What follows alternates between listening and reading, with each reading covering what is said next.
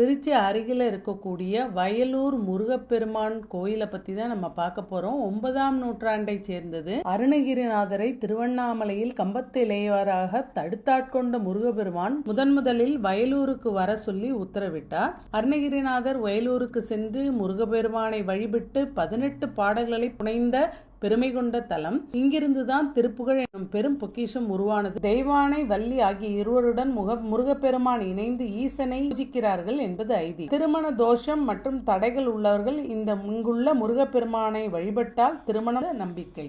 இங்குள்ள ஆதிநாதர் நம்மை நாடி வரும் பக்தர்கள் கேட்பதை மறக்காமல் கொடுப்பதால் மரப்பிலிநாதர் என்றும், அக்னி பகவான் வழிபட்டதால் அக்னீஸ்வரன் என்றும் அழைக்கிறார்கள். இங்குள்ள அம்பிகையின் நாமம் ஆதிநாயகி. இங்கு வீட்டிற்கும் கணபதி பொய்யா கணபதி என்பர். கைத்தல்ல நீரை கனி என தொடங்கும் விநாயகர் சோஸ்திர பாடல் உருவானதும் இவரால் தான். தேங்க்யூ.